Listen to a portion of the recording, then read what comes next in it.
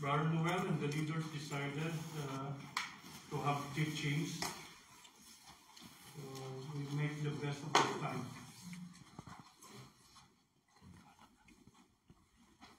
Okay, since during convention we could not teach all the topics, so the Holy Spirit led me to teach one of the topics from the main church, included in the convention. This is now about arise, shine in your business, work, ministry. Okay, so it involves everyone. Kung wala kang business, you have work.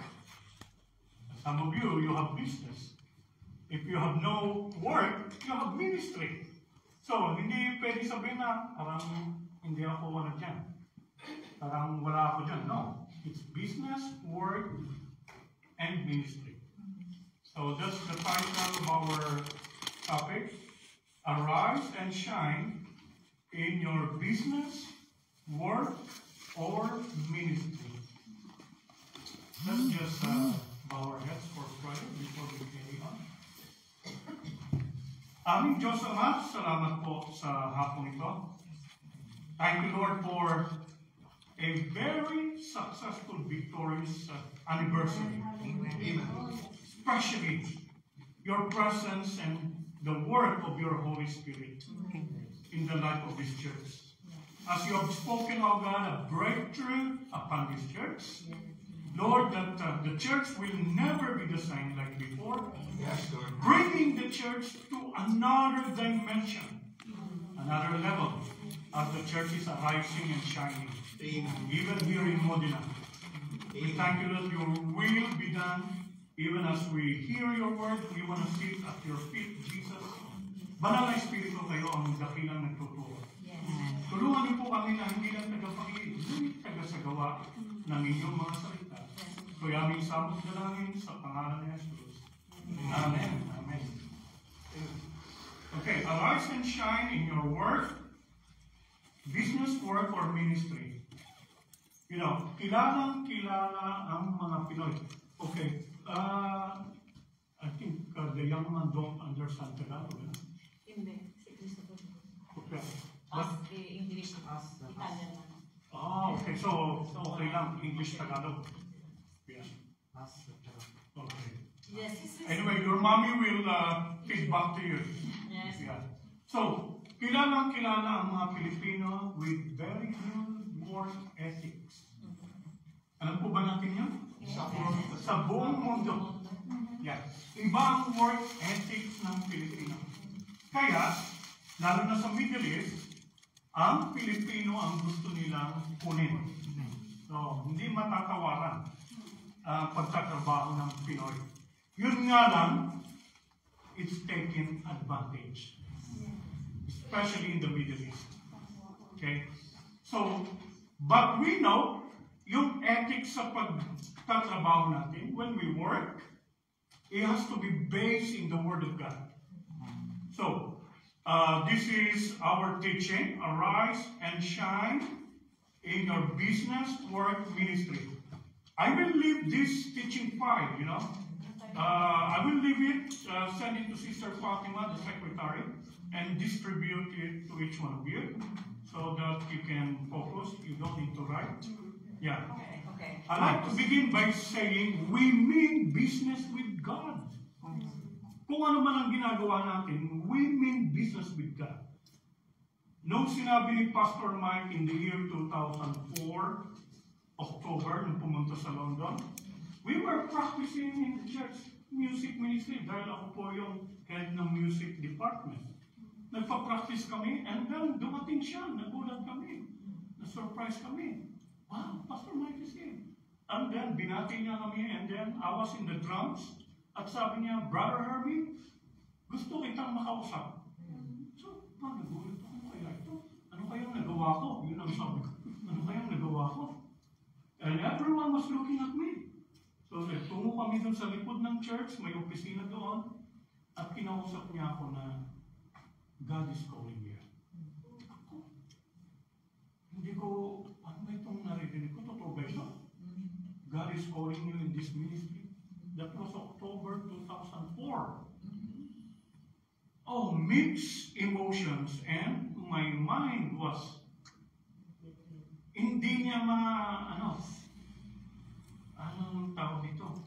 Hindi niya ma-comprehend yung sinabi ni Pastor Mike. So, to make long story short, I asked him, "Are you sure, Pastor, it's me?" So, pinaliwanag niya. Yeah, the Lord spoke to me through dream and vision. Okay. And the Lord confirmed it.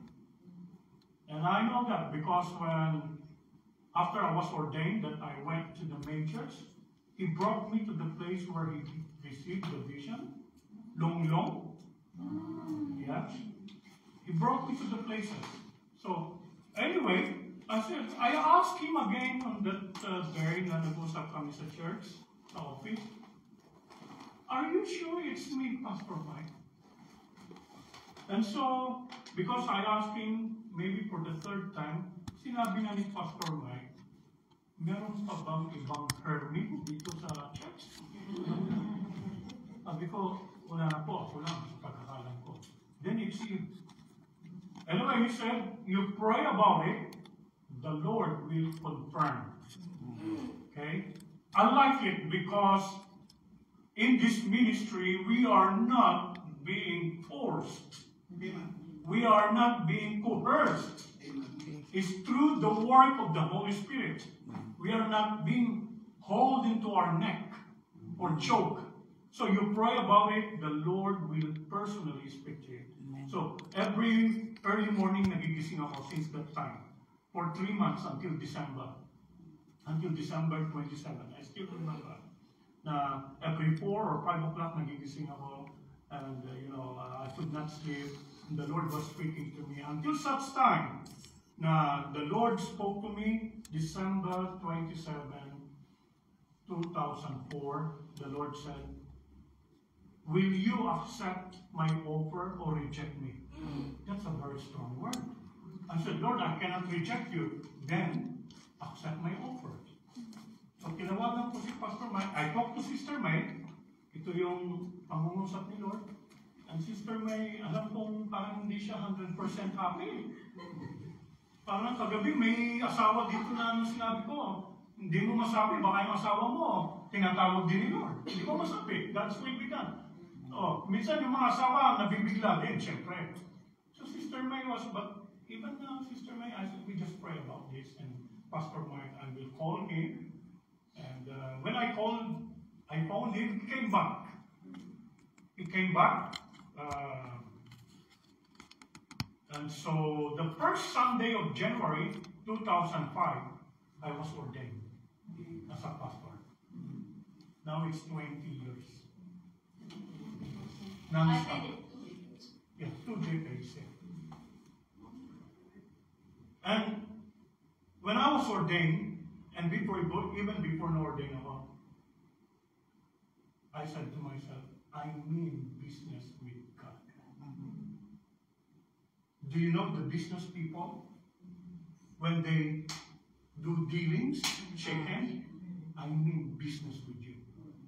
This is not a joke. It's serious matter. Alam niyo yan. Business people know this. When they shake hands together, you cannot come out of that agreement. We have to fulfill our agreement. We have to be serious with what we would do. So we mean business with God. So that's what I like to tell us. The moment, Lord, I want to serve you. It's really a moment that we are telling God, I mean business with you, Lord. With God, to us, there's no question. God is serious, sincere about us. So, when I was looking at the years, I got born again in 1985. Yeah. I was counting this 2025. From 1985 to 2005, how many years then? 20. And from 2005 until now, how many years? 25. 4. So, this year was really, I know, the new year, January of this year, I know this is a very pivotal or a very significant year. Kasi when I was looking back from 1985, I got born again to becoming a pastor ordained 2005, 20 years. From 2005 to 2025, 20 years. Really amazing, amazing. So, that's why I did not go back to my secular job. Because I'm in business with God. I appreciate those that takes time to make decision, but they really think about it. Rather than you just make a decision straight away without thinking about it. Yeah, I really appreciate it. That's why Pastor Mike, think about it, pray about it, the Lord will speak to you. Hindi niya ako ni-rush. So when the Lord spoke to me and I was thinking about it, and then we prayed with Sister May, then I said, "Here I am, Lord. Send him." No, I did not say that. "Here I am, Lord, send her." No. "Here I am, Lord, send me." Yeah. So we mean business with God. Okay, so there are, if you apply this word of God and by the power of the Holy Spirit, your work, your ministry, your business will never be the same like before. Amen. These are powerful principles. As a matter of fact, some business people in church in London, I think 2 of them came to me, "Pastor Army, we've been in business, but these principles that you taught us, wow, we will apply this." Yes, the Lord will bless your business as well if you apply these principles based on the Word of God. So the 7-letter P, okay, the number of God is 7. One of the numbers of God, 7, okay? So 7-letter P, I thank God for the wisdom, knowledge through the study, because the Lord gives me revelation of these 7-letter P's. 7 P's to arise and shine in your business, work, or ministry. What is the first letter P? Purpose. What is your purpose in your work, in your business, or in your ministry? I'm sure there's a purpose. Like in our church, there's the vision, that's the purpose of the church. Unlike when I came in, nakita ko, wow, itong maganda. Dapat bawat KTM LSFI church, whether here or other countries in the world, dapat nakalagay talaga yung vision and statement of faith. Alam natin ang purpose natin. Ito, vision. This is what we do. Okay? Someone came to me, "Pastor, bakit hindi tayo nag-feeding program every month?" Hindi yan ang vision natin. Mag-feeding program tayo, pero hindi every month. Sila, kaya parang lagi sila nag-feeding program dahil yun ang vision nila. So kung ano yung vision, bawat church binigyan ni Lord ng vision. Tingnan mo yung McDonald's at KFC, iba-ibang vision nila. Sige, subukan mo punta sa McDonald's. Bakit yung chicken nyo nuggets? Pwede ba bigyan nyo ako ng chicken joy? Anong sasabihin sa'yo ng McDonald's? This is McDonald's. If you want chicken joy, go to Jollibee. Or go to KFC. This is McDonald's. Hindi sila nagbago ng chicken. Nuggets pa rin simula noon hanggang ngayon. At magpakailanman. Dali ang vision nila, di ba? When you go to KFC and you question them about their chicken, why it's so big, can I have nuggets? No, this is KFC. Go to McDonald's. Are we clear about this? Yes. Because there were leaders in London. We came from different churches, This is very challenging as a pastor for me, who also did not come from KKM LSFI, by the way. I came from New Life Christian Fellowship, and then Bread of Life, and then UPCI. Ang dami kong pinuntahan church. Anyway, that's my life. And life in the Spirit. New Life, Bread of Life, life in the Spirit. Mayat. Talagang for my life. Okay. Anyway, so, nagmi-meeting kami. Ang daming suggestion ng mga leaders. Kasi Pastor, doon sa church namin, ganito yung ganito ginagawa namin. Alam mo sa church namin, Pastor, kami, nagaganito. Naku! Iba-ibang church Sabi ko, mga kapatid, ngayon, dinala na tayo ni Lord sa KKM LSFI. Di di ba nag-commit na tayo dito? Sabi niya, yes, Pastor. Pwede mag-pray na tayo kung anong ginagawa ng KMLSFI. Amen. Kasi ito ang binigay ni Lord sa akin eh. The Lord gives vision to every church, not just individuals, but every church that works in every church. Because the Lord, it comes from God, His blessing and anointing is upon it. Amen. So we don't have to copy someone else's vision. It's not gonna work. It's not gonna work. So even in business, they know that. Hindi sila mangungopya. Kaya McDonald's na ngayon, chicken nuggets pa rin. Yes. So let's understand this. This is our purpose. You have to have purpose of what you do. Okay? Now some people told me that pastor work is a burden because it's a curse. No, it's not. Let me tell you why. I said it on Saturday. God worked from the very beginning. Okay? Even yung kamay niya, dinumihan niya. No, pinorma niya sa Adam. From the very beginning, God worked.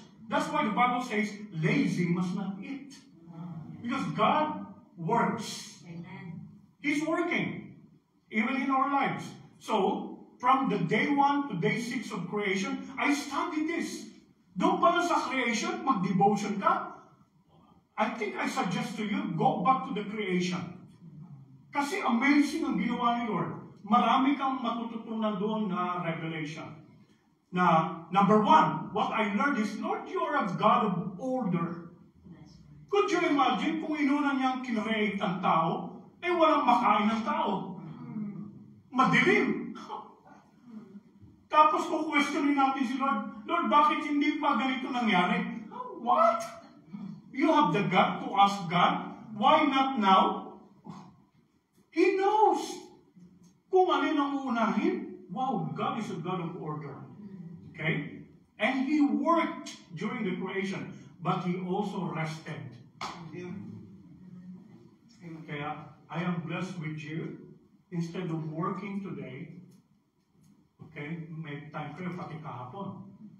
So, because God rested. And I guarantee you, if you don't rest, your body is gonna ask for it. Yun nga lang, medyo masakit, magkakasakit ka. Para makapag-rest. Because our body was designed by God to rest, to be recharged. Diyan ang disenyo ni Lord. You know, I've worked in the hospital. Doctors know this. Yeah, the body is not a robot. Even a robot needs to rest. Because kung lagi naka-on, nako, bibigay yung mawawala ng power yung robot. So, we are all finite, limited. So, please mga kapatid, don't work. Alam niyo na yan. France knows it. Pag sinabi ng work, that means wala ka lang day off, day off. Puro work. Yeah, I pray for those people kasi ang buhay nila hindi fulfilled. Yeah. So, purpose. If you have a business, what is your purpose in your business? One brother who is not Filipino came to me because he wants for me to pray for his business. Then I asked him, before I pray for your business, what is your vision and purpose for this business? Hindi agad siya nakasagot. Sabi ko, you know what? Come back to your prayer closet. Don't start the business yet. It will not prosper. You're going to start a business, you don't even have a purpose. Could you imagine? Honestly, it's the purpose that brings or gives fulfillment and meaning to what we do. Yeah. If we are here without a purpose, it's nothing. But because we are here, Lord, I want to be equipped with your word so I can apply in my life, whether in my business, work, or ministry. So what I do will never be the same like before. And until now, I always come back to it. I make sure by the grace of God, ina-apply ko itong mga principles na to. So the purpose, business, work, and ministry is a gift, not a burden. Look at Genesis chapter 2, verse 15. Before the fall of man, sinabi na ni Lord, magtrabaho ka, Adan. Huwag kang pakuya-kuya-kuy. Yeah. Genesis chapter 2, verse 15. Okay, I might ask some of you to read because this is teaching, not preaching. So there's an interruption. Okay, Genesis chapter 2, verse 15. Nakita mo, Brother Jeff, pakibasa. Okay. May Egyptian. Yep. Says, the Lord God took the man and put him in the garden of Eden to work it and take care of it. Anong word doon, Brother Jeff? Anong gagawin ni Adam? To work. To work. And take care of it. Remember, this was before the fall of man. Am I correct? Yes. Tama po ba? Yes. Chapter 3 and the fall of man, di ba? This is before. So therefore, work is not a curse. Work is not a burden. It's a blessing. Let's be clear about that kasi maraming katuruan ngayon na we have to work because this is the curse. Because of the fall of man. No, it's not. It's not. To overwork, that's a curse. Yeah. So, it's a bondage. But to work is a gift from God and it's not a burden. That's why hindi ka na big burden. Kasi, alam mo, regalo ng Diyos yan, may purpose. Okay? We work mainly for a purpose and not for a payment. That's what makes it different from work and job. Yeah? When I ask people, what do you do? Straight away, ang sinasabi nila, yung trabaho nila. Like job. Hindi yung ginagawa nila sa buhay. Oh. Always. Tama po ba? Oh. What's your work? Straight away, ang sasabihin nila is yung job nila. Okay. And the reason why I also say this in ministry, because when I was ordained, I was not a full-time yet. Nagtatrabaho pa rin ako bilang nurse.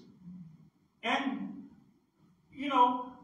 dahil pastor na ako, sabi ng treasurer, Pastor, meron kang love gift sa church. Ayaw kong tanggapin dahil, sabi ko, no, kasi may trabaho naman ako eh. I work as a nurse. Eh, hindi pa naman ako nag-resign. At saka, parang full-time pa rin ang trabaho ko sa hospital. But, Pastor Mike and Sister Lydia said that as a church, we want the blessing to flow and it's to appreciate you. So, parang hindi ko agad yan. So, Sister Lydia spoke to me. Pastor Hermie, receive it so you don't stop the blessing to flow. If you don't want to use it for yourself, at least you allow the church to bless you. And it's up to you if you want to give it to anyone. Then I was clear about it. Oh yeah. What is the point there? Because I want to serve God not for the money. But also the other side of the coin, Sister Lydia is correct. The church also wants to appreciate and bless the workers. Like Paul said, appreciate those who labor amongst you. So, it's all biblical. Yeah? Pero mag-ingat tayo ngayon. Marami sa Amerika, talagang gusto lang nila mag-preach o mag-minister for their belly. Yung tinatawag. Meron kaming invite noon at hindi ko na invite kahit siya kaibigan ni Pastor Mike. At sinabi ko ito kay Pastor Mike, Pastor, nakikinig ka.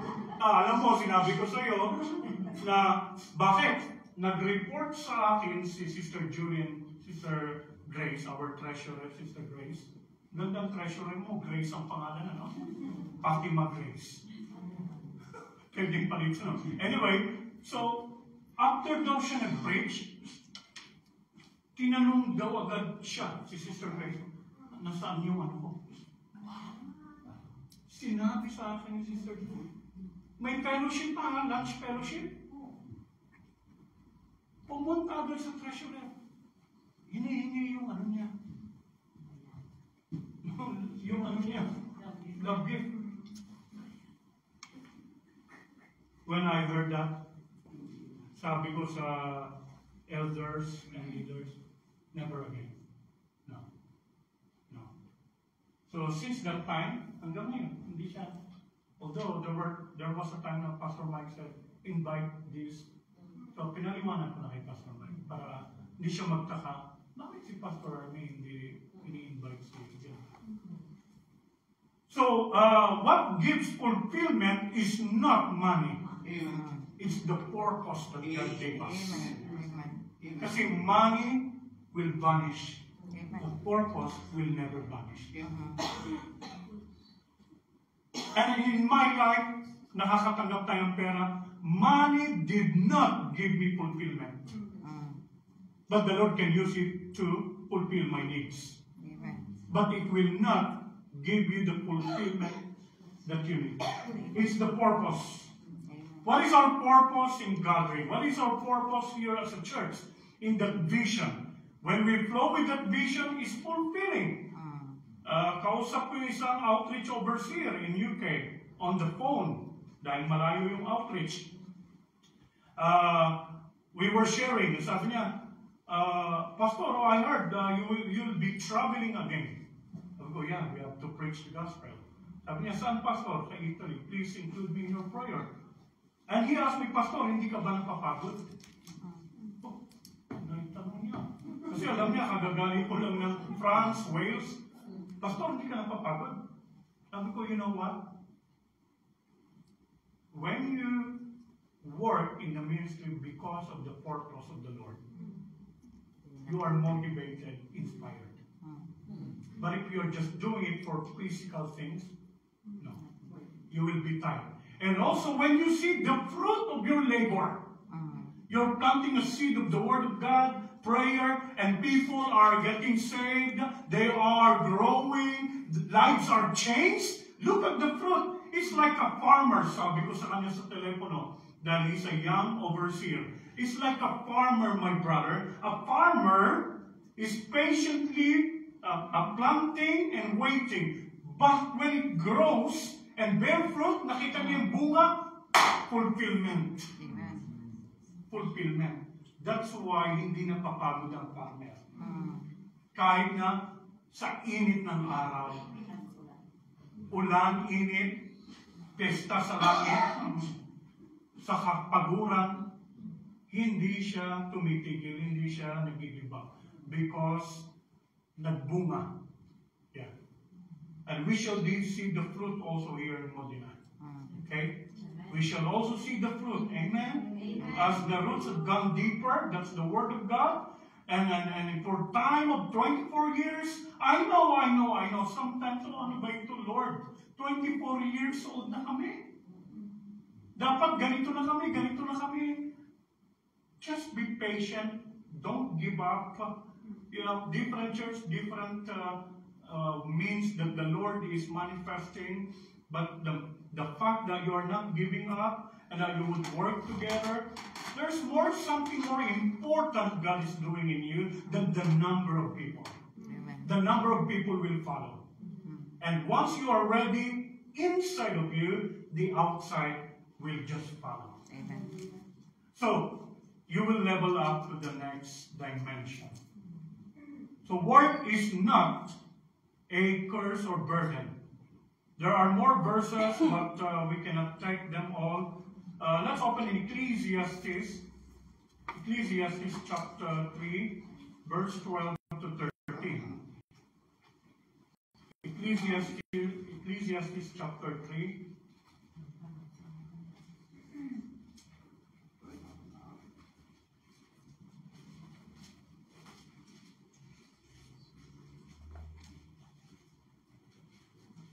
After ng Proverbs, kasi si Solomon yan. Proverbs and Ecclesiastes. Let's see.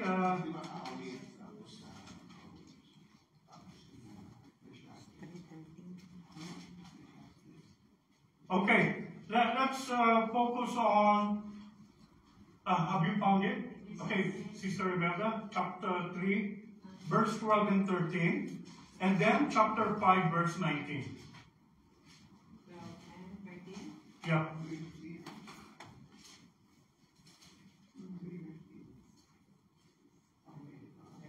I know that there is nothing better for man than to be happy and do good while they live. Do good while they live. That everyone may eat and drink and find satisfaction in all his toil. This is a gift of God. Okay, let's stop there, okay? The work is a gift of God. Amen. Hallelujah. Ang trabaho natin regalo ng Diyos. Whether business, whether ministry, or in your job. It's a gift of God. Okay? As you work. Okay, chapter 5, verse 19. Sister Imelda, carry on.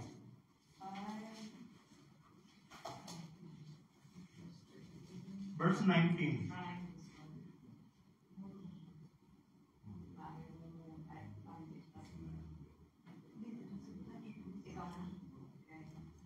Moreover, when God gives any man wealth and possessions, and enables him to enjoy them, to accept his lot, and be happy in his work, this is a gift of God. And be happy in his work, because it is a gift of God. Are you happy at what you do? Amen. Amen. Amen? Amen. Yeah. Totoo yan, yung iba hindi na sila happy. Bakit? Iba ang purpose ng pagtatrabaho. Yeah. Hindi nila naintindihan. When I was teaching this in France, marami ang, oo nga, breakthrough talaga sa kanila. Kasi lahat sila nagtatrabaho kaya nga nasa France Breakthrough talaga. Nagliwanag yung isip nila. Ito pala ang trabaho. Hindi yan tinuro ng Overseas Welfare Workers Association, OWA. Hindi yan tinuro ng PUAA. Naku, hindi yan tinuro. Ang tinuro sa inyo, huwag niyong kalimutan magbayad ng tax. O saan napunta yung tax? Panalangin natin ang gobyerno natin. So, you are happy at your work because you know your purpose. It's from God. The Lord meant it that we would use the God-given ability, knowledge, skills, talents to fulfill something that is work. Any mental, physical activity to accomplish something. So ma-accomplish mo. Dahil binigyan ka ni Lord ng talent and gift and knowledge. But job is any activity in exchange for payment. Magkaiba, di ba? You see? Yeah. Job is just part of work. Work, you can work in your house when you cook for your spouse. Uwi na kasi si Sister Tess, kaya ako magluto na. Kasi ako nandito sa bahay. Lagyan na. Of course. Darating tayo dyan sa principle na yun. Mamaya, huwag mo panganahan. Huwag mo panganahan ng Panginoon. Pag tayo nagtuturo. Kaya sa makita ko, sorry. Okay. Hindi, totoo, di ba? Kahit ka sa bahay ka, di ba? Pag nagluto ka para sa pamilya mo, that's work. Amen. That's work. May purpose ka eh. I want that my family will have dinner with me and will enjoy together and that they will be healthy. Dahil niluto mo eh, hindi ko ano ng bitchin yung nilagay ko. So, Sorry. that's also a work. Part lang yung job ng work. Okay? So, so purpose. That's why that guy na magbi-business, bumalik sa akin, Pastor, may purpose na ako sa business. Amen. Now I will pray for you. Because I don't want you to do business and you will just bankrupt. Kasi what keeps you going is the Lord. And the Lord wants you to serve Him in that business. Yeah. And He will prosper you. Yeah. So now He has a purpose then. I heard the purpose. Sabi ko, amazing ang purpose. Ang ganda. The Lord will use you, brother, in that business. And I release blessing through prayer. So, number 2 principle. Nako, isa pa lang tayo Ako, marabutin tayo dito ng alas 8 ng gabi. No, number 2. Are you getting this? Number 2, letter P, partnership. Yeah, partnership. You know, when business people will shake hands, of course, it's a business dealing, they are partners. How many of you have, be honest, you've started business in the Philippines na meron kang partner? Or, just be honest.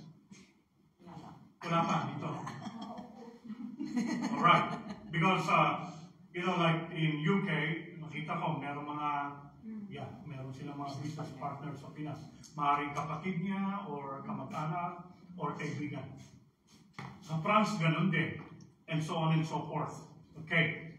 But, in our work, business or ministry, our best partner is the Lord Jesus Christ. Amen.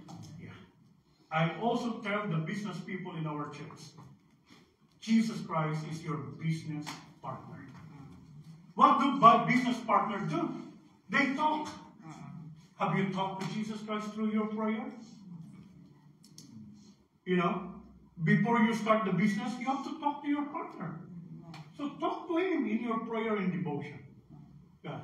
Tell him what you're gonna do for the day. Anong gagawin mo? Anong mga transactions? Yung business partner, pag hindi niya alam ang ginagawa mo ng partner ka niya, hindi siya happy. Hindi mo ito sinabi sa akin Oh, si Lord gusto niyang malaman anong nangyayari sa atin. By the way, also kung may mga frustration tayo, we can tell God, Lord, like me sometimes, Lord, how frustrating. I went to that Bible study, isa lang ang pumunta. Ang layo ng binigay ko, Lord. Sabi ni Lord sa akin, pasalamat ka, may isa. Kung wala, di ba?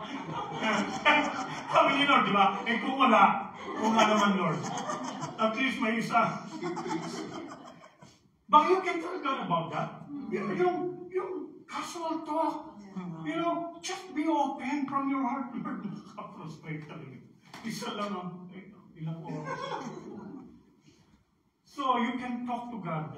He wants to hear from you, and then the Lord will also speak to you. Yeah? Open line communication. And the same way for us leaders, ministers, it's good. Like last night, we had open communication, all right? But healthy communication. And it must be moderated. Kailangan kasi mano rin eh. Kung hindi mo i-moderate, anything can just go, which is not good. So, kailangan i-moderate din. So, partnership. The Lord Jesus is our partner. He works in us, through us, and with us. Let me say it again. The Lord Jesus Christ works in us, through us, and with us. For Emmanuel, God is with us. Alright? So, remember what Paul said? Jesus Christ is our co-worker. Open your Bible in 1 Corinthians chapter 3. This time, okay, Sister Fatima, pakibasa. 1 Corinthians chapter 3. 1 Corinthians chapter 3, verse 9. Yeah. Okay, even the young ones here, in your school or business, I think Brother Cliff is having his own business or something. You can apply this, it's powerful. Verse 9, 1 Corinthians 3, sabi niya, for we are God's fellow workers. You are God's field, God's building. Amen. So, we are God's co-worker. You see? Walang employer na magsasabi sa inyo na tayo ang nagtatrabaho dito. No. But the Lord said, we work with Him. Co-worker natin siya. Hindi siya yung parang bossy. Ano? So, like also in the ministry, we work together. You have to pray and support your pastor overseer. Siyempre, hindi niya makakaya. At kung meron kayong isa-suggest o maganda ka, sabihin nyo sa kanya, hindi yung magbubulong-bulungan kayo doon. That's not right. That's not right. Yeah. Because we are all co-workers. Yeah. So even if I have something na I would ask, anything na you want to tell me, Sister Julie? Oh, then she will tell me. Hindi niya sasabihin kung kani-kanino. If there are any concern you want to tell me, then sasabihin niya sa akin. Kasi I want also to improve myself for the glory of God. Because we're all working together. Yeah?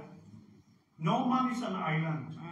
Okay. Look at 2 Corinthians chapter 6, verse 1. Okay, that's our Sister Fabian. 2 Corinthians chapter 6, verse 1.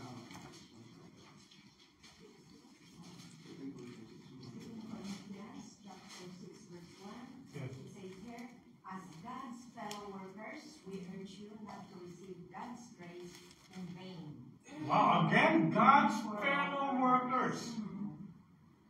We urge you not to receive God's grace in vain. The grace of God is being given as we work. As we work. His grace is more than enough. Otherwise, our labor is in vain when the Lord will not build the house. Yan ang sabi sa Psalm.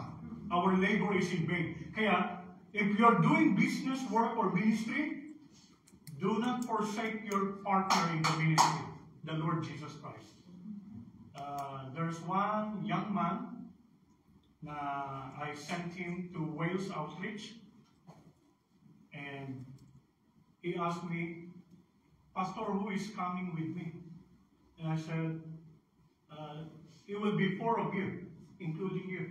Nagulat siya, oh, Pastor, you're so generous. You're so generous. Apat sila. And then sabi ko, oh, thank you, Pastor. Pwede malaman, may I know, Pastor, sino yung other 3? You will be glad to know, sabi ko. God the Father, God the Son, and God the Holy Spirit. Nung sinabi ko yun, medyo, sabi ko, brother, bakit kalungkot ka? Alam ko si Pastor, yung elder, o si brother, o si sister, brother, makasama mo man ako kung wala yung tatlo. It's in vain.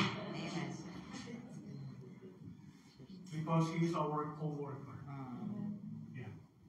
So we'll only be effective, productive in our ministry, work, business, because he works in us, through us, and with us.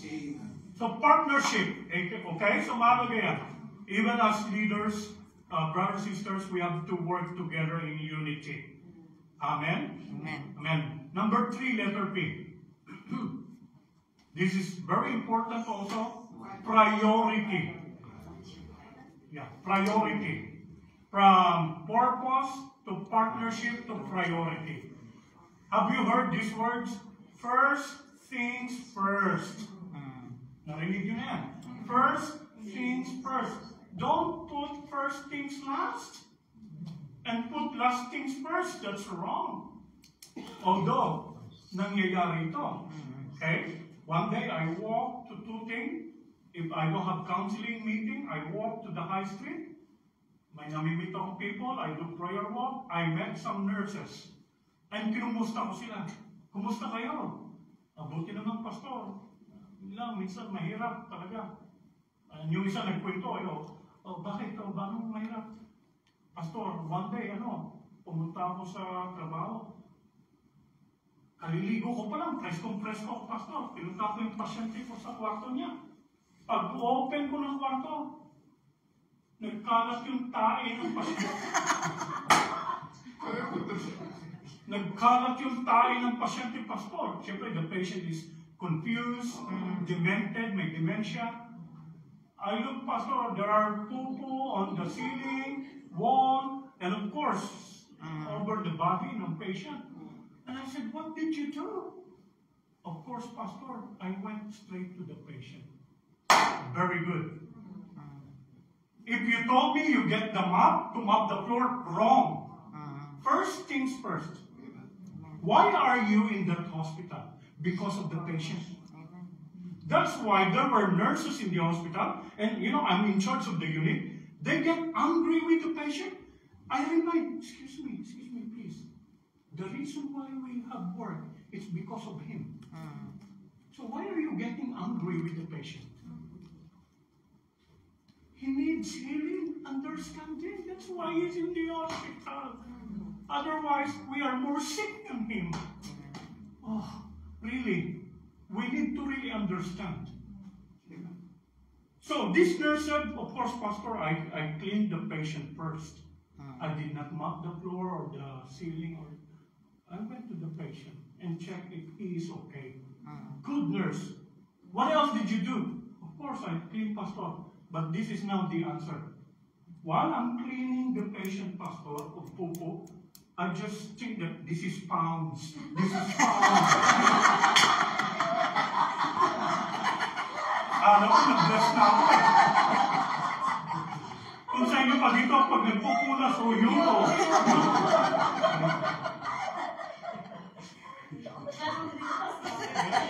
Ibang purpose.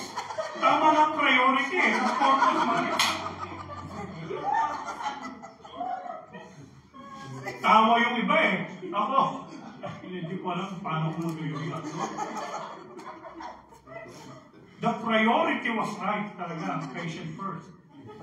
Like I asked some of the childminders in the church, Nani, sometimes, Pastor, I look after 3 kids, little ones. And when I come in the house, the toys and it's so chaotic. Kalat. So what do you do? Of course, Pastor, I have to check the children if they have breakfast. Good. If you went to tidy up the first things first. First things first. Significant accomplishments are achieved when we set proper priorities in life. Yeah.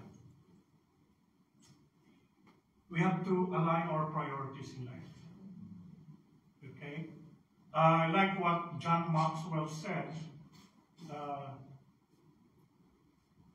We do not prioritize our schedule. We schedule our priorities. Very good, no? Yeah, he's an author, he's a Christian, John Maxwell. He's a leadership wizard.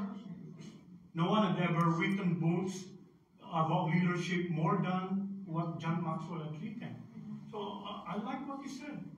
We do not prioritize our schedules.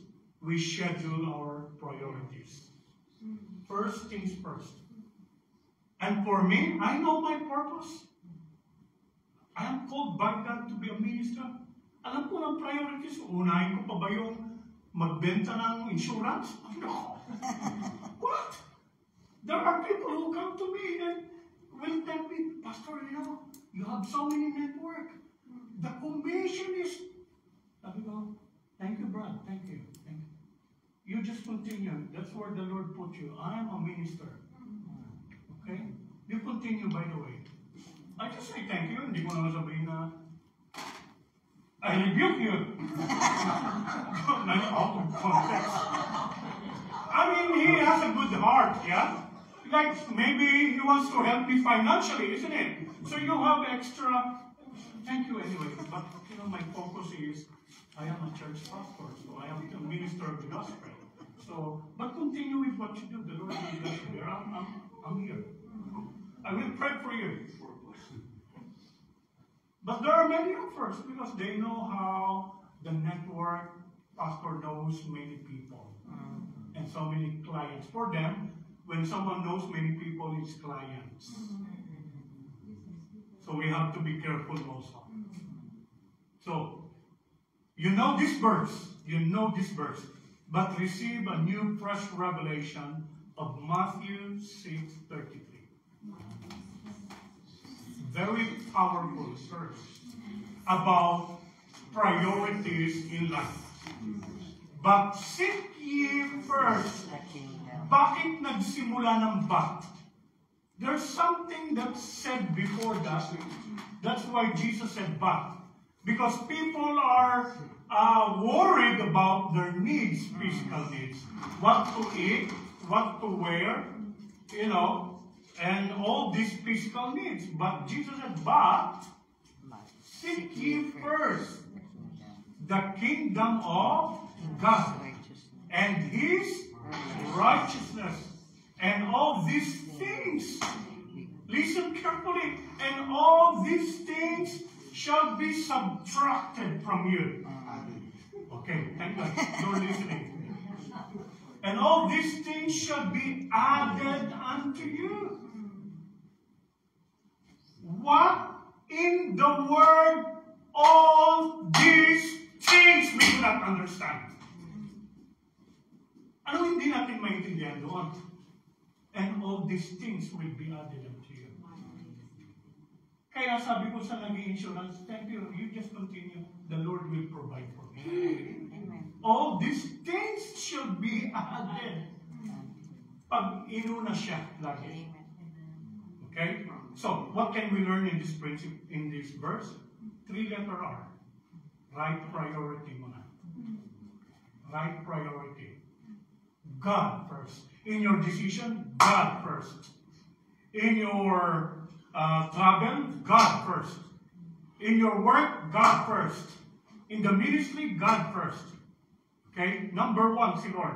Right priority. When the kingdom of God is mentioned, of course, there's no kingdom without a king. It refers to the king.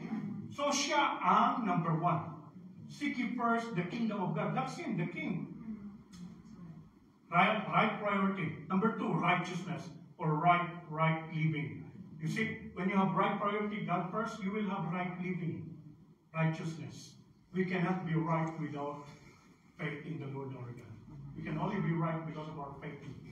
So, right living or righteousness, anong resulta? Right prosperity. All these things shall be added unto you. Okay? The Lord did not say, you will be more wealthier than Elon Musk. No. But He promised He will supply your needs. Food, clothing, whatever physical needs, He will supply. Yeah. Right priority, righteousness or right living, and right prosperity is the result. Do not reverse it. Oh, you want to start right prosperity? No. But your priority is wrong. Right priority first. And then righteousness or right living, and the result is right prosperity. Yeah. So, priority is vital. Priority is vital. I know sometimes when we are too busy, that's the challenge.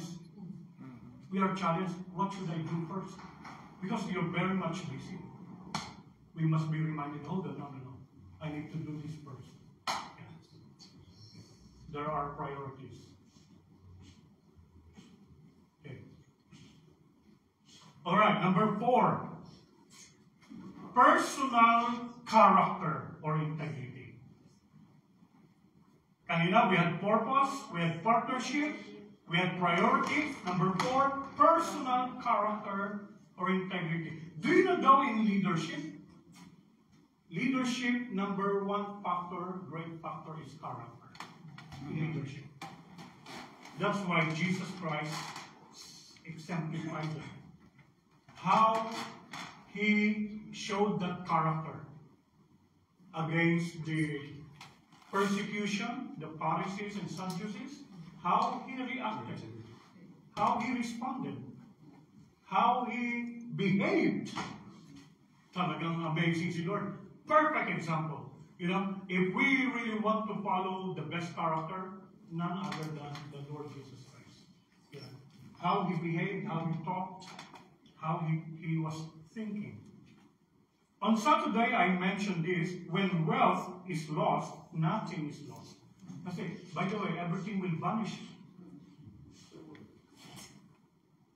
Like, there was a wealthy man became sickly. And he told his wife, honey, when I die, please make sure, put all my money in the coffin with me. Sabi ng so, ano ba naman promise me, honey? Sabi nung wife, yes, honey, I promise you. I will put all your money in the coffin with you. And then, after saying that, she spoke to her best friend. Best friend, I don't understand my husband. The best friend said, why? He said, if he dies, I will put all his money in his coffin with him. And so the best, what did you tell him? Of course I told him, yes, I will do. I promise. The day came, the husband died. So during the funeral, they were all there. The best friend remembered. Best friend, did you put all his money in the coffin with him? And the wife said, yes, I wrote him a check.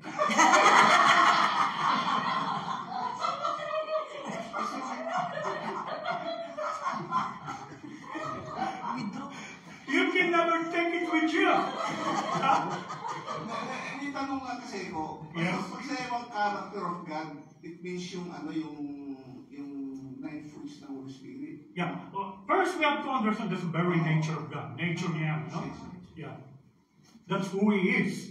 Of course, number one is the fruit of the Holy Spirit, the Beatitudes, as mentioned in the Bible.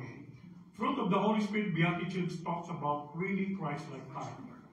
So Galatians chapter 5 and Matthew 5. It's no wonder it's 5, because 5 speaks of grace in Hebrews. We can only do it by His grace. Amen. Yung question ko. Yeah. So, when you study the Bible, have through the Holy Spirit, be curious. Chapter 5, Galatians 5, Matthew 5. It's no coincidence. Like temptation of Jesus, Luke chapter 4, Matthew chapter 4. There's something there. You need to understand also, when you dig deeper, oh yeah, it's only by God's grace that we can be like Him. Yeah. So, when wealth is lost, nothing is lost, Lord. Nadala niyo ba ang pera niya? Alam naman ang lahat ng tao yan, hindi mo madadala. So, susunod na, pag namatay ka na, it will all vanish. Nothing. When health, kalusugan is lost, something is lost. Amen. Because it's also important. But when character is lost, all is lost. Sira ka sa pamilya mo, sira ka sa komunidad mo, sira ka sa buong iglesia. Because of character. Unless you were transformed miraculously, got born again, praise be to God. Praise be to God. Christ-like character. By the way, it's Billy Graham who said that. When wealth is lost, nothing is lost. When health is lost, something is lost. When character is lost, all is lost. Billy Graham did not live a lavish life. As a matter of fact, his house in Carolina, the same old house. While other pastors, preachers in America, in a mansion with their own airplane jet and luxurious cars. Really, let's be careful about this. Yeah? Amen. We must be very, very careful. The humble man of God also, our late beloved Pastor Mike. The first time I came to the main church, 2003, he picked me up in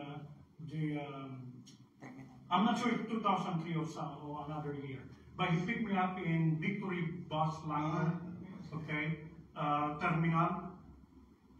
That old car Mazda. I was thinking that is the head of all the churches, and he's driving the karang-karang. Old car.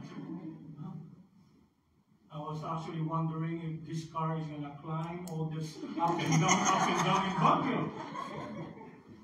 And by the way, he's a very good driver, yeah? With all this up and down. Yeah. I said, wow. He only changed his car not long ago. From Mazda to Honda. Not Rolls Royce with umbrella.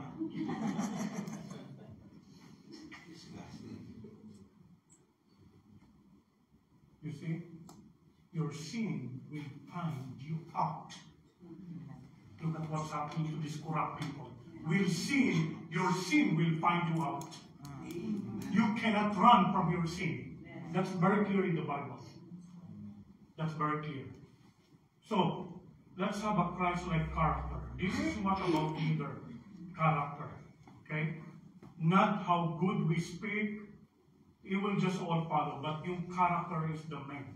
Okay? The character people look into us. So as I said, you could have a devotion on the fruit of the Holy Spirit. That's a Christ-like character, by the way. When I was having devotion about this, the Lord taught me, you need to list down every fruit. Why did the Bible say not fruits, where there are 9? But the fruit of the Holy Spirit, it says fruit, not fruits. It must come together. Yes. As one. You cannot just have gentleness and then you are not having self-control. It must all come together. So, when I was having a devotion about this, the Lord said, list it down. You know, like when our wives go for shopping, you are very good in this. You have the list. Number 1, soy sauce. 2, garlic. 3, onions. Seems to be garlic, onion, they are all like always together. Number 4, so on and so forth. I remember that because when I go with Sister May, oh, number 7, we forgot. Let's go back there. Wow. Okay. Going to the list. And then, on the cart, checking again. Do we have the soy sauce? Wow. Wonderful. But how about the fruit of the Holy Spirit? Do you have the love? Go one by one and check within you. You know, the Lord gave you this revelation many years ago. Write it down, put it in your wallet, remind yourself every day. Do you have love? Ask the Lord if you want to be refilled. Filled more with His love. You have joy? Do you have peace? Kindness, goodness, gentleness, faithfulness, patience, self-control. Go one by one. Yeah. It's powerful. Honestly. Lord, I have not been patient lately. Please, help me, Lord. Amen. Yeah. And of course, the Beatitudes. Although the Beatitudes, a lot of people don't really understand what Jesus is talking about. Blessed are the poor in spirit, for they shall see the kingdom of God or heaven. But it's the same way. You know, it talks about humility, about peace, about, compassion. You know, you can study that. So it's about the character. Because the old Hermes is gone, the new Hermes come. The old Manuel Noel is gone, the new Manuel Noel has come. Amen. Only when we are in Christ, united with Him, one with Him, partner with Him, that we can have a new character. Without union with Him, it's impossible that we will be changed. It's impossible. Yeah. Yeah, because we've done 8 New Year's resolutions in the past. I remember those times. I will not smoke. I put it in my New Year's resolution. After 2 weeks, I struggle. Nangangapi. Hello, we've been there. Praise God. Praise God, my sister. Breakthrough. Nangangapi. Lalo na pag nag-toilet. Parang gusto ko may pag nag-toilet, may ano eh. Yeah. Pagkakain, Bagong kain. ay, nangangati. May nagturo po sa akin, bili ka na lang ng Mentos, mentol. Yan, mawawala yan. Hindi na wala, nadagdagan ng gastos. May mentol na, may sigarilyo. Ay, nako. Pero pag si Lord, yun. Really, only the Lord can change us. So, personal character. Also, when you have business, when you show love to your clients, wow, you value them. No wonder the client, Cliff, can you fix my fridge, my refrigerator? don't know what Brother Cliff is doing, but I'm just, giving examples. Okay. Brother Francis, Francis, can you fix my car? Auto, whatever you're doing, because you value people because of the love of God. Because the Christ-like character. Could you imagine if you're in business, your customer relation is excellent because of the character of Christ? The customer will keep coming to you. Why will they go to the company or store or business? They are not valued. Yeah. Even in the church, we value people. I read in a survey why people comes back in churches. According to the survey, it's not because of the preaching, not because of the music, and so on and so forth, but because of relationships. Yes. They felt the love, belongingness. That's it. Even a family, as Pastor Mike would always address, family. Yes. So number 5. Number 5 is passion. How is your passion in your work or ministry or in your business? Do not lose that passion. As the Lord spoke to us Saturday, keep the fire of the Holy Spirit burning in you. Stay passionate. Okay? Meaning to say, stay sincere, zealous. You are committed. You are loyal.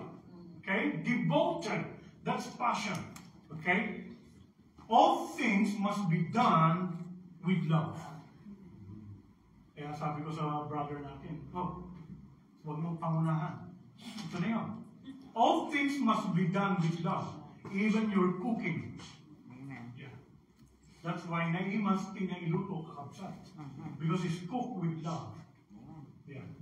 And when you do things with love, you don't struggle or get tired easily. Amen. We notice that even in our work, we love what we do in our job, we love what we do. You don't get tired or stressed because you express the love of God in what you do in your work, job, business. But when you do it without love, you are tired. First hour pa lang ng trabaho, pagod na. Katulad nung nurse na sinasabi ko sa inyo. Mag-break na raw kasi pagod na siya. Anong oras na pumasok? Alas 7. Anong oras na yan? Alas 8. Pagod na. Isang oras pa lang. Eh, ang trabaho hanggang alas 8 ng gabi.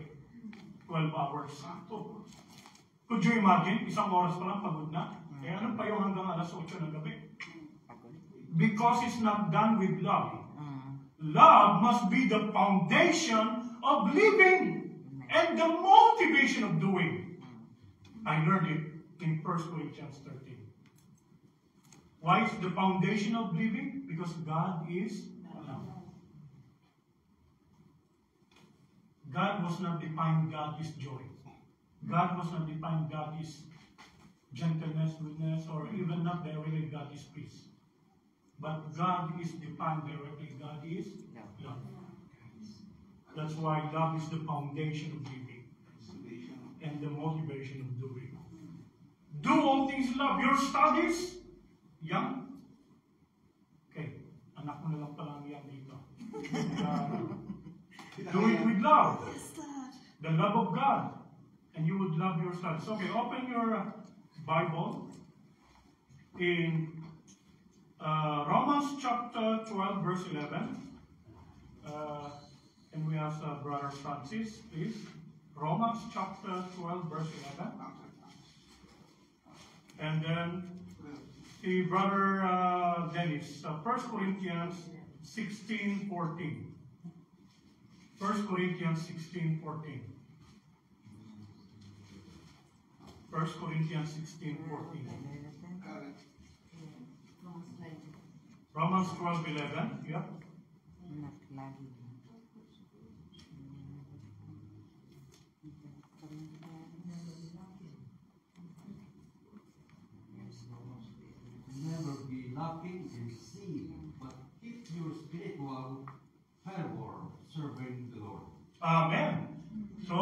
Doon pa lang, ano, be passionate, be devoted.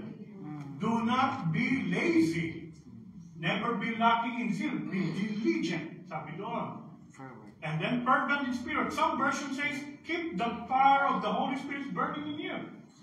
Okay? And then serving the Lord wholeheartedly. Hallelujah. How about in 1 Corinthians, Brother Dennis?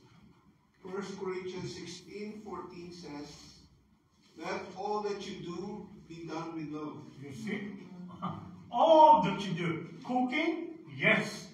All that you're singing? Yes. Driving? Yes. All that you do. Okay? Be done with love. When you say everything that we do, whether we eat or drink, must be done for the glory of the Lord. Yes, whether we eat or drink, must be done for the glory of God. Everything we do must be done with love. Yeah. Yeah, I would prefer not to do something if my heart is not right. I have to recheck this. I'll just have a moment.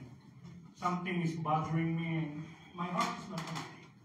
So I'll get a heart check muna.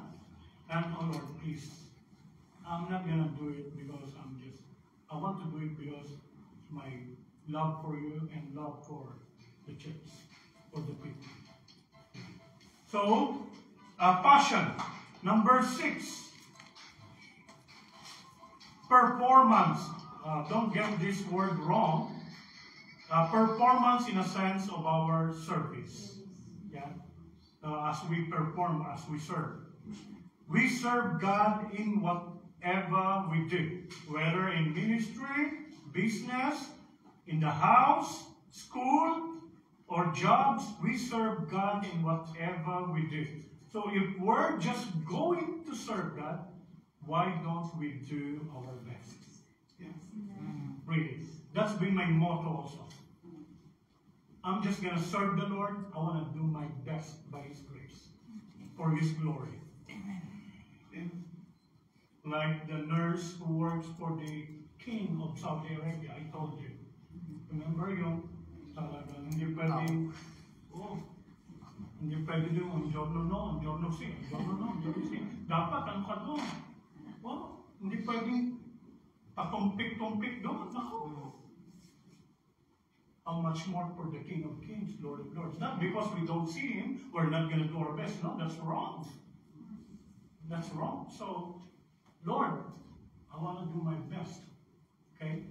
I know there's one leader in the church in London that also I said, I know you're doing your best. We don't have to perfect it. Because he wants to really, and then he gets frustrated. It's okay, brother. Not too much because we cannot perfect this. Yeah.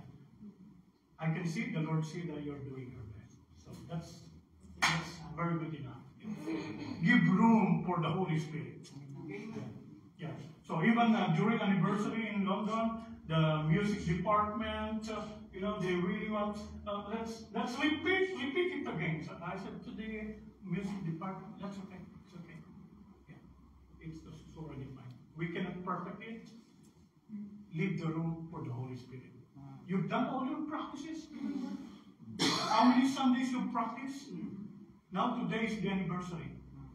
Don't practice no more. But let's pray together. Amen. Yeah. We cannot perfect it. Yeah. It's the Holy Spirit will perfect it. Yeah. So, all right, let's read some verses.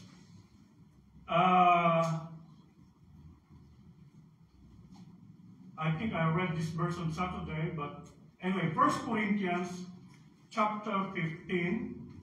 Okay, we'll ask Brother Noel, chapter 15, verse 10. 1 Corinthians chapter 15, verse 10. But by God's grace, I am what I am. In the grace that He gave, He was not without faith. On the contrary, I am more harder than any of the other apostles. Although it was not really my own doing, but God's grace working in me. Amen. And then verse 58, the same chapter, verse 58. Remember, Paul was saying he'd worked hard. He's done his best. Although it's not him, he said, but by the grace of God. Yeah, but he did his best. Verse 15. Yes. So then, my dear friends, stand firm and steady. Keep busy always in your work for the Lord, since you know that nothing you do in the Lord's service is ever useless. Amen. Wow, that's a big encouragement. Like for a pastor like me, to be reminded of that verse. Wow. Be ye steadfast, immovable, always abounding in the work of the Lord. This is the work of the Lord.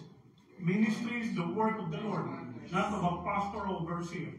Your job is not your work, it's the work of the Lord.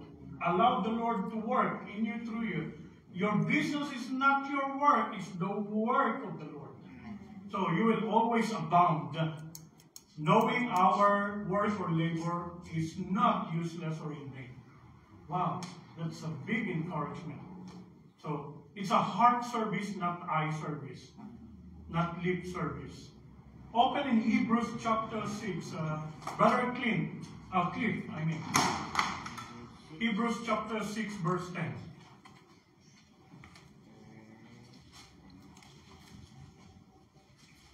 Hebrews chapter 6, verse 10. From New King James Version. For God is not unjust to forget your work and labor of love which you have shown toward his name, and that you do have ministered to the saints and do minister. Praise God. God is not unjust. Hindi makakalimutan ng Diyos ang trabaho natin. Work, labor of love, sabi doon, na ginagawa natin sa mga tao. Maaaring nakalimutan ng pastor ang ginagawa mo, huwag ka namang ma-discourage. Hindi na yata ako napapansin ng pastor namin. But the Lord noticed you. Okay? At alam ni Lord bawat ginagawa natin. And it says that as we continue to do, sabi doon, so it's a labor of love. Paul had always mentioned that. You know, labor of love, endurance by hope in Him, work by faith. Paul always mentioned this, labor of love. Labor of love. Labor of love. Yeah, so, praise God. So that's our service performance. And so the number 7 letter P, this would be the result, the product. Product. Yeah. Remember, product means result. Okay. So from purpose to the partnership, priority, and then personal character or integrity, and then passion, performance or service. This is the product or result. Biblically, it says every good work will be rewarded. We know that. Not only in the next life, even here. Every good work will be rewarded. What you sow is what you reap. That's very clear. Yes, so let us not grow tired and weary, as I said in the afternoon yesterday. Huwag tayong mapapagod, magpapagali in doing good. Or in due time, you will reap a harvest. If you do not give up that labor of love. Oh, huwag tayong mapapagod, huwag tayong magpapagal. O panghinaan ng loob. Let us continue. And the day will come, the Lord will say, well done, good and faithful servant. Not pastor, not worship leader, not evangelist, not teacher, not prophet, but all servants. Because we are here to serve the King of Kings, Lord of Lords. Well done, good and faithful servant. Enter ye into your Lord's eternal joy. Wow, that's the greatest reward. Yeah. But even here, we are rewarded. Honestly, I'll give you an example. Minsan, nag-uusap kami ng mga men na mga nag-drive.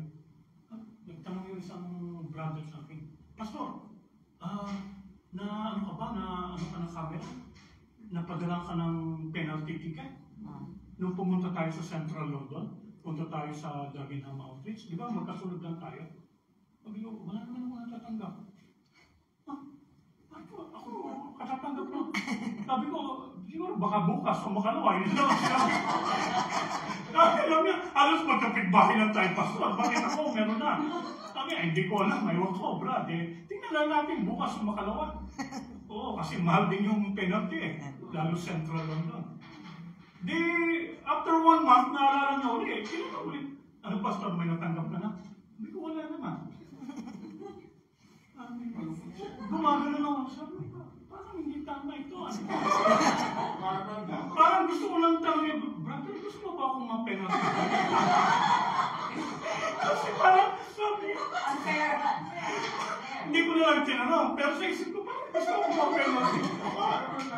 Ang puntos niya, paano nangyari yun? Na magkasunod lang tayo, pareho tayong dinaanan, bawal dumaan doon sa oras na yon. Na nawala na rin naman sa isip ko dahil hindi ko naman sinadya. Kung nga pala, Biyernes ngayon, kala ko Sabado. Kaya napadaan din ako.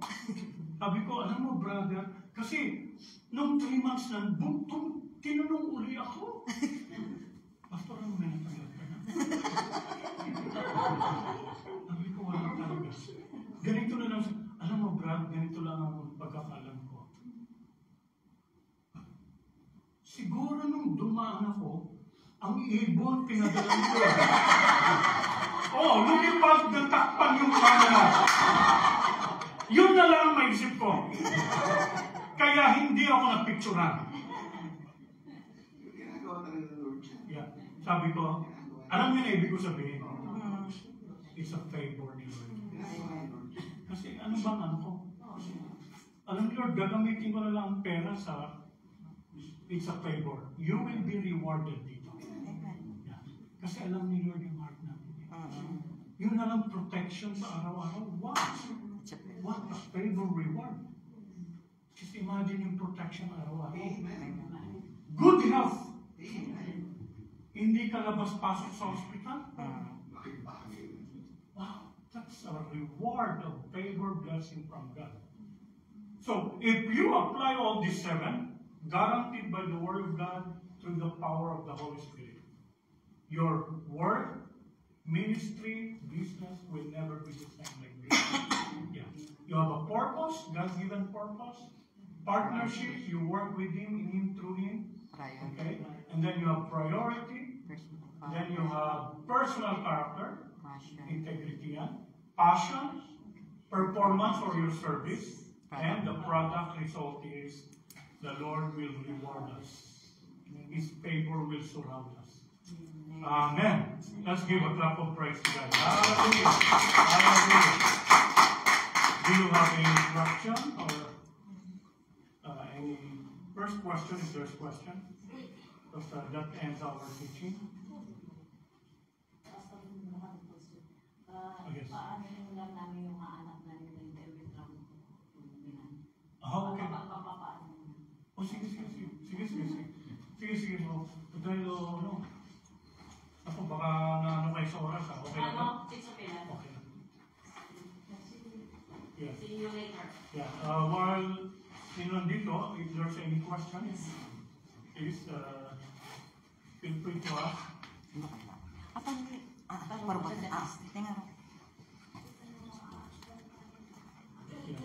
Really, really powerful principles from the Word of God. Yeah. Yes. And I also remind myself from time to time.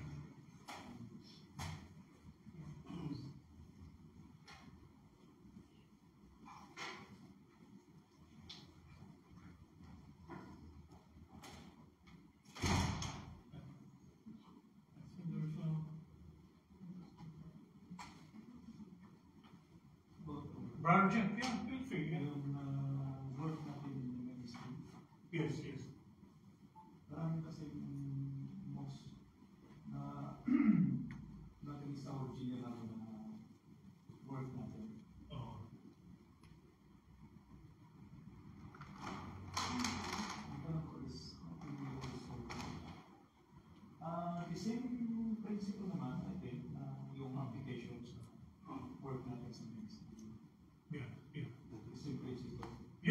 apply all this.